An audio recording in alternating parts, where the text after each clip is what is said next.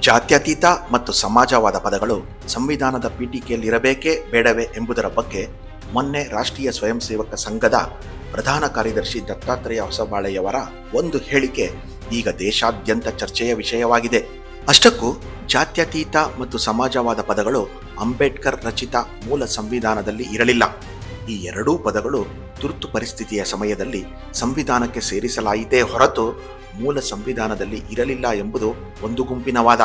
ಮತ್ತೊಂದು ಗುಂಪು ಅಂದರೆ ಎಡಪಂಥೀಯ ಗುಂಪಿನ ವಾದವೆಂದರೆ ಈ ಪದಗಳನ್ನು ಪೀಠಿಕೆಯಿಂದ ಕೈ ಬಿಡಬಾರದು ಎಂಬುದು. ಈ ಪರ ವಿರೋಧಗಳು ಈಗ ಮುನ್ನೆಲೆಗೆ ಬಂದಿರುವುದು ಮಾತ್ರ ಅಪಾಯಕಾರಿ ನಡೆ ಎಂದೇ ಹೇಳಬಹುದು. ಒಂದು ಕಡೆ RSS, ಬಿಜೆಪಿ ಮತ್ತು ಮಿತ್ರಪಕ್ಷಗಳು ಹಾಗೂ ಬಲಪಂಥೀಯ ಚಿಂತಕರು ಜಾತ್ಯತೀತ ಮತ್ತು ಸಮಾಜವಾದದ ಪದಗಳನ್ನು ಕೈ ಬಿಡುವ ಬಗ್ಗೆ ಒತ್ತಾಯಿಸಿದರೆ, ಕಾಂಗ್ರೆಸ್ ಮತ್ತು ಸಮಾನ ಮನಸ್ಕ ಪಕ್ಷಗಳು ಅವುಗಳನ್ನು ಉಳಿಸಿಕೊಳ್ಳಲು ಪ್ರತಿಪಾದಿಸುತ್ತವೆ. ಈ ಇಬ್ಬರ ಕೆಸರೆರ ಚಾಟದಲ್ಲಿ ವಸ್ತುನಿಷ್ಠ ಚರ್ಚೆಗಿಂತ ರಾಜಕೀಯವೇ ಹೆಚ್ಚಾಗಿದೆ.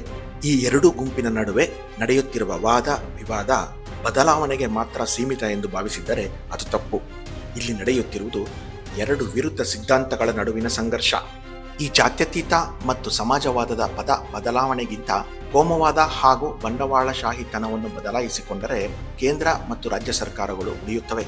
ಅಷ್ಟಕ್ಕೂ ಸಂವಿಧಾನದ ಮೂಲ ಆಶಯವೆಂದರೆ ಒಬ್ಬ ಶ್ರೀಸಾಮಾನ್ಯನಿಗೆ ಯಾವುದೇ ತೊಂದರೆ ಆಗದೆ ಅನುಕೂಲಕರವಾಗಿರುವ ಒಂದು ವ್ಯವಸ್ಥೆ ಇರಬೇಕು ಎಂಬುದು.